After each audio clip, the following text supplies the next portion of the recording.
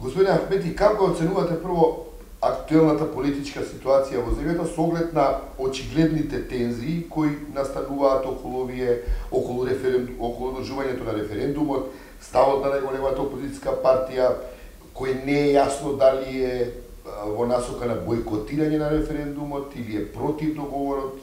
Воопшто една доста магловита политичка ситуација, ако можам така да кажам, па ме интересира какво е вашето мислење како инсайдер и дел од таа сцена. Mendoj që për 25 vite me radhë të gjitha partitë politike në vend kanë pasur një pesh në veprimtarinë e tyre, një pengesë jashtëzakonisht të madhe për të qenë sa më të suksesshëm në qeverisjen e tyre, mos zgjidhjen e problemeve, si me palën greke, ashtu me palën bullgare dhe konteste të vogla brenda rajonit. Dhe nuk mund të thuhet që nuk ka kontribuar për zgjidhjen e problemit edhe opozita aktuale VMRO, sepse edhe ajo ka qenë interesuar që kjo çështje të mbyllet. Dhe mund të ketë dallime të vogla në përmbylljen e këtij problemi me nënshkrimin e marrëveshjes mes palës greke dhe palës sonë në Presp. Sigurisht që të gjitha palët kemi bërë përpjekje për një kompromis, sepse nuk ka zgjidhje të njëanshme. Sigurisht që për patur një zgjidhje të suksesshme dhe për patur një marrëveshje funksionale, sigurisht që duhet futur në funksion kompromiset.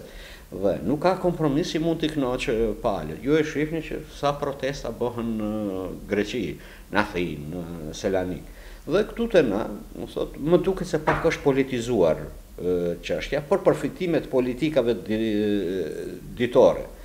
Dhe qëndrimet e opozitës kanë shkuar gjithmonë duke, si them, duke rënë. Më thot fillimisht ka patur shumë reagime të forta, jo tradhti kombëtare, jo këndej andej, por tash qëndrimi i fundit tash ne nuk do votojmë për marrëveshjen e Prespës, por do votojmë por nuk jemi kundër NATO-s, nuk jemi kundër Bashkimit Evropian dhe do i lëmë njerëzit të veprojnë mbi vullnetin dhe përcaktimin e tyre të lirë. Edhe pse mendoj që nuk mjafton ky prononcim i opozitës, opozita duhet të bëhet pjesë e këtij procesi të rëndësishëm, sepse më 30 shtator vendoset pararmërinë e Maqedonisë. 30 shtatori është moment historik i papërsëritshëm për Republikën e Maqedonisë. Në 30 shtator votohet për paqen, votohet për stabilitetin, votohet për sigurinë, votohet për marrëdhëniet më të mira ndërretnike, votohet për marrëdhënie më të mira ndërfqinësore me shtetet brenda rajonit. Në 30 shtator votohet për zhvillim më të madh ekonomik, më 30 shtator votohet për Maqedoninë Evropiane. Да, очигледно е дека опозицијата, најголемата опозицијска партија е конфузна по тоа прашање. И не е јасно ни како ќе се постави, ни како ќе ги повика гласачите. Нема одлука. Вие долги години бевте со Груевски во коалиција. Предпоставувам дека кога станувало збор за договор со Грција, дека референдумот бил прашање кое е на маса, бидејќи самата ВМРО ДПМ не го иницираше референдумското изјаснување по прашање на проблемот со Грција, што вие бевте против, но сепак го прифативте по нивно инсистирање. Како го објаснувате сега овој нивни став, сепак ова нивна конфузија, повторно ќе кажам, како иницијатори на референдумот, да се сега повлечени од него? Mendoj që është një pozitë goxha e vështirë VMRO DPM, sepse atë shumë ka bërë deklarata për opinion, atë shumë është bombarduar në aspektin psikologjik opinionin e Republikën e Maqedonisë, saqë ata kanë shumë vështirë e të gjithat propagandë për gati sidomos me intensitet shumë të fortë brenda këtyre 10 viteve të fundit,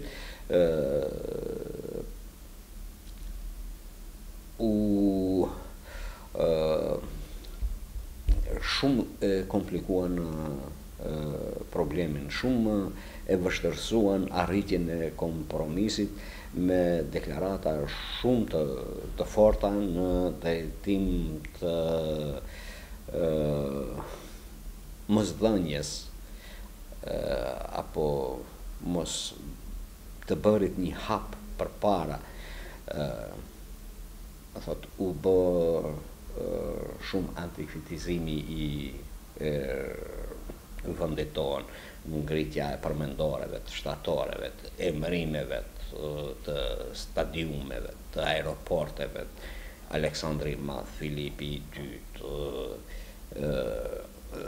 dhe kjo e ka vendosur qytetarin në një situatë goxha të komplikuar, jo vetëm qytetarin, po thjesht vëmërot dhe përmanen e ka vendosur në një situatë goxha të vështirë. Kështu që duhet kohë edhe vëmëros për të reflektuar, sepse mbi një histori 2000 sa vjet më parë, ne nuk mund të ndërtojmë ardhmëri, dhe ne nuk mund të jemi peng i çështjeve historike të antikës, sepse po t'i hymë historisë, sigurisht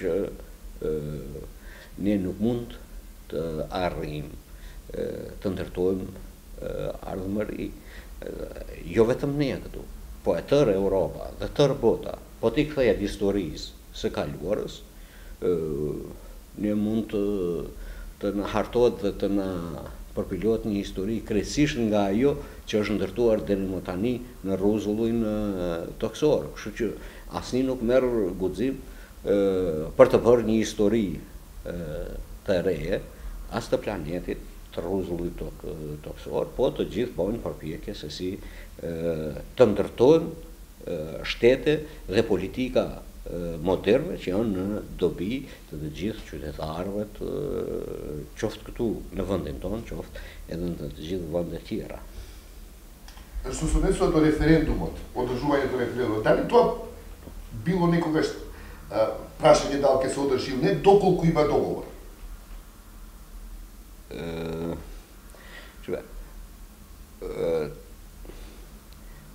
Çështja Ili uopšte nemalo namera za dogovor?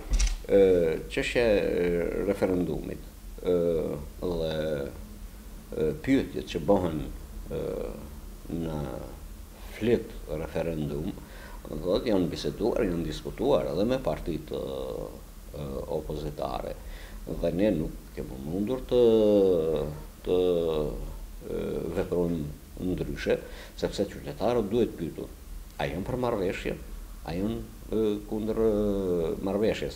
Vetë marrëveshja, do thotë hap dyrët për NATO, për Bashkimin Evropian, dhe s'ka se si të shkëputen këto dy gjëra. Nëse ne nuk kishim kontest në palën greke, nuk kishim kontest në palën bullgare, ne që para 10 vitesh do të ishim antar të NATO-s. Ne para shumë kohësh do të kishim filluar negociata dhe do të ishim shumë në pranë pragut të antarësimit në Bashkimin Evropian, dhe nuk do të ndodhte që vitin e ardhshëm të hapen zyrtarisht bisedimet për antarësim në Bashkimin Evropian, dhe as nuk do të ndodhte që ne tani më të kishim ftesë dhe të presim ratifikimin në 29 vendet e tjera për antarësim në NATO.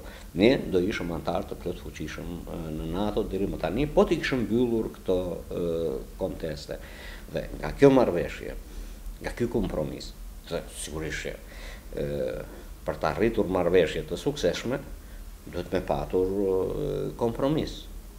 Mendoj që palët janë të fituara, ashtu si që fituam me marrëveshjen paqësore të Ohrit, ju i dini vetë sa reagime kishte në vitin 2001-2002, sa huti kishte tek bashkëqytetarët e mi Maqedonas, që kishën efekt propagandat anësore, sidomos nga lindja, se bashkëqytetarët tanë Maqedonas do ta humbin të drejtën mbi shtetin dhe se shtetin e tyre do ta marrin shqiptarët.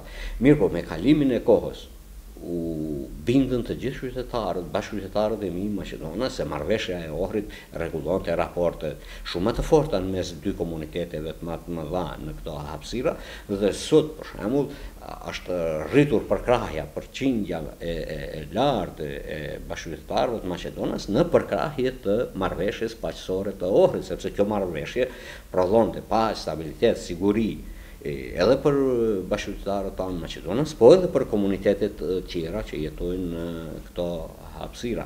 Dhe ne duhet vendosim, a do të ecim përpara, apo do kthehemi pas dhe do të hapim fletët e pambyllura akoma të historisë.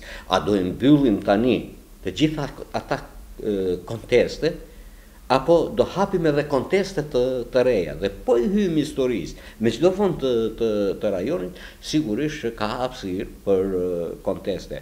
Po, ku na shpije kjo rrugë? Sigurisht që kjo rrugë na shpije drejt konflikteve të reja, drejt përplasjeve të reja. Rajoni jonë nuk ka më nevojë për përplasje dhe konflikte të reja.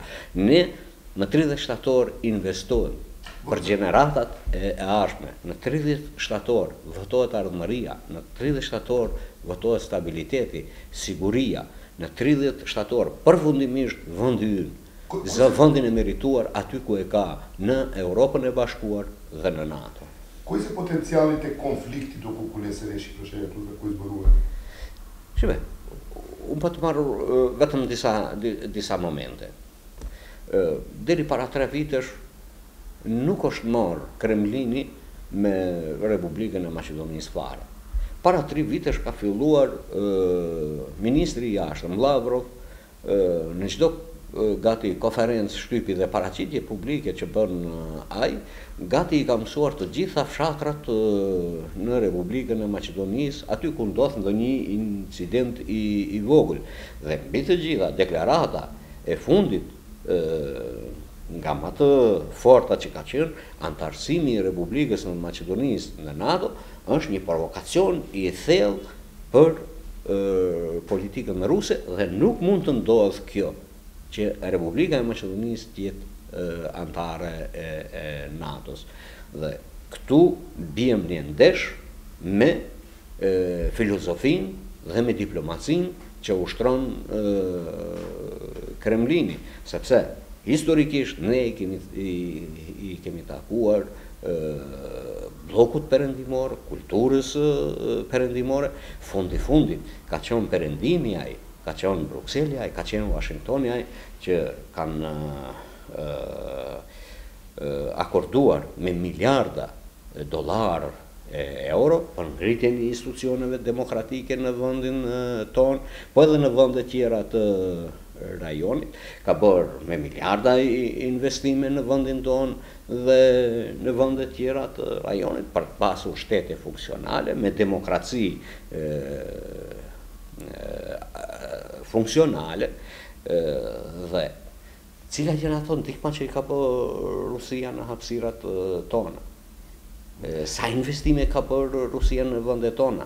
Mirë po, nuk duhet përjashtuar se më 30 shtator vendoset edhe për shumë çështje madhore që kanë të bëjnë me gjeopolitikën, me gjeostrategjinë, dhe përfundimisht me 30 shtator ne shkëputemi nga interesat dhe angazhimet që lindja i bën për të patur ndikimet e veta në Ballkanin perëndimor. Kako ocenujete ovi inicijativi koji se povlasti za rješavanje kosovskog prašenja su prekrojuvanje na granicite? И како тоа ги засега албанците во Македонија? Çdo bisedë, çdo angazhim që bëhet në drejtim të zgjidhjes problemit dhe dhënies fund të konfliktit, më herët luftarak dhe tani të vendosjes së raporteve në mes apo përmirësimit të raporteve të mes Kosovës dhe Serbisë është në të mirë të gjithë rajonit.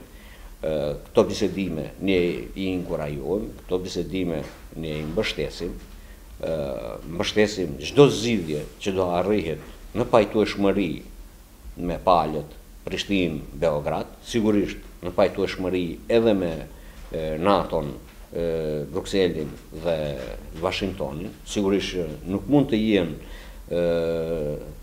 thjesht spektator as Brukseli, as Washingtoni, as NATO, sepse dihet angazhimi i tyre dhe dhënia fund e një tragjedie dhe gjenocidi në vitet 98-99, dhe ata nuk mund të jenë indiferent në këto negociata.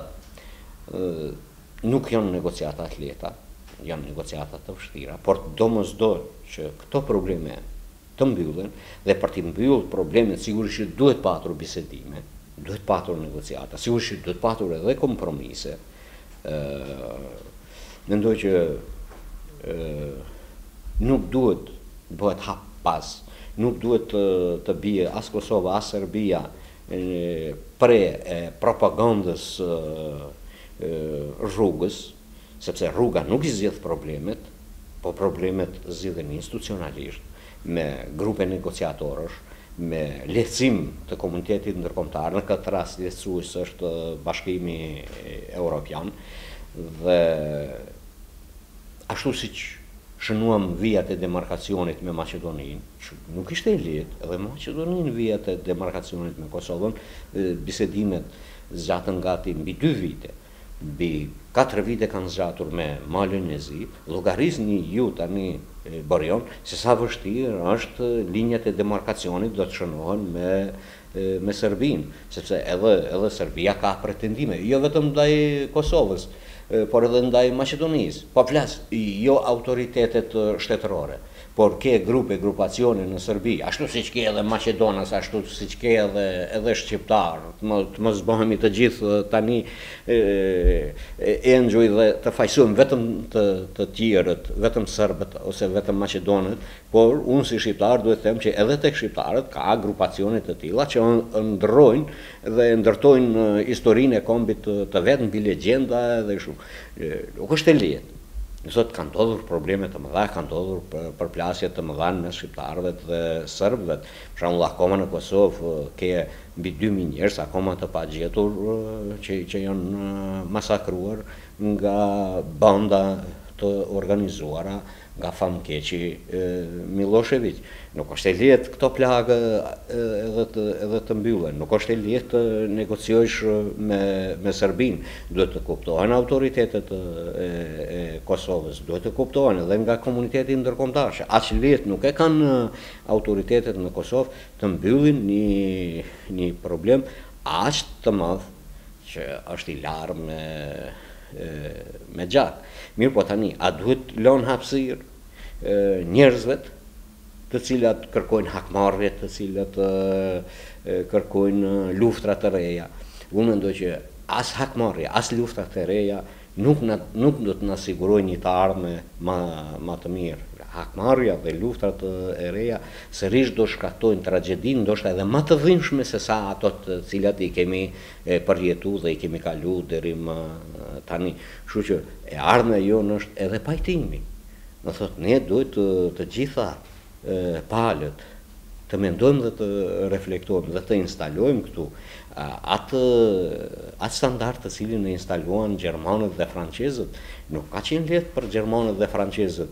Për Alzace-Lorraine janë vrarë 12.000 fëmijë francezë, dhe ku do i shpihen të gjermanët dhe francezët nëse ata do hartonin një strategji për hakmarrje. sigurisht që nga 12.000 fëmijë do bëheshin 24.000 fëmijë, po tani më jo vetëm francez, po edhe gjerman. Kështu që rajoni jonë i Ballkanit, Evropa Juglindore ka nevojë për afrim dhe pajtim, e kaluara të mos na përsëritet, mos e harrojmë, ajo është e dhimbshme shumë, dhe që të mos na përsëritet e kaluara, ne duhet me vendosmëri më të madhe të instalojmë vlera të cilat ne na afrojnë me NATO-n, me Bashkimin Evropian. Tash po kthehem përsëri, ato ketë pasoja për Republikën e Maqedonisë. Unë nuk mendoj që do ketë pasoja për Republikën e Maqedonisë në një arritje e marrëveshjes mes palës shqiptare dhe asaj serbe. Në qoftë se ato dakordohen, përse atëherë të ketë pasoja për vendin tonë, dhe ne urojmë që ata të gjejnë forcë, të gjejnë energji pozitive, dhe energjitë pozitive t'i vënë në funksion të zgjidhjes problemeve. Во овој контекст, велите дека со интеграцијата на Македонија во НАТО и Европската Унија завршува сонот на истокот за да владеат со албанците во овие простори. Кој е истокот? Sigurisht, shive, jo vetëm tani, po historikisht ka patur pretendime, ne Republika e Maqedonisë jemi në udhkryq, dhe sigurisht të gjitha erat rrepeshët kanë fryer dhe kanë rënë mbi ne këtu, si në perandorinë osmane, si gjatë luftrave të ballkanike, si gjatë luftës së parë botërore, të gjitha përplasjet, të gjitha perandorit kanë shkel mbi trupat tanë këtu dhe kanë realizuar qëllimet e tyre ekspansioniste e kështu me radhë. Tani më ka ardhur koha që ne të jemi të rreshtuar pranë demokracive të perëndimore, të jemi të rreshtuar pranë aleancës më të madhe politiko-ushtarake të NATO-s, e cila ka dhënë prova, ka dhënë dëshmi që vërtet është interesuar që popujt të jetojnë në paqe, në harmoni, në stabilitet, dhe unë këtë u asiguroj ju se në vitin 2001, pa ndërhyrjen dhe pa angazhimin e NATO, sigurisht ne këtu do të kishim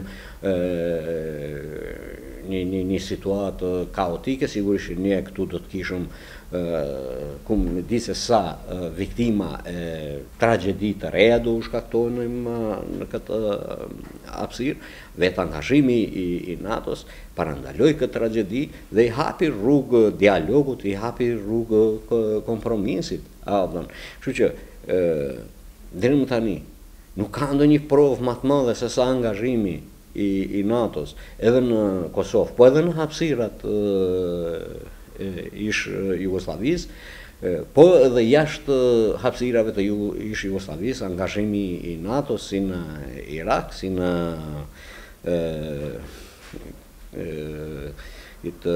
Afganistan në kështu me radhë, do thotë sa sisteme gjakatare i ka ndërpre, i ka ndalu, edhe pse ka akoma shumë punë për lindje, po ne jetojmë këtu në këtë rajon, dhe në këtë rajon është sukses i plot i angazhimit të NATO-s, dhe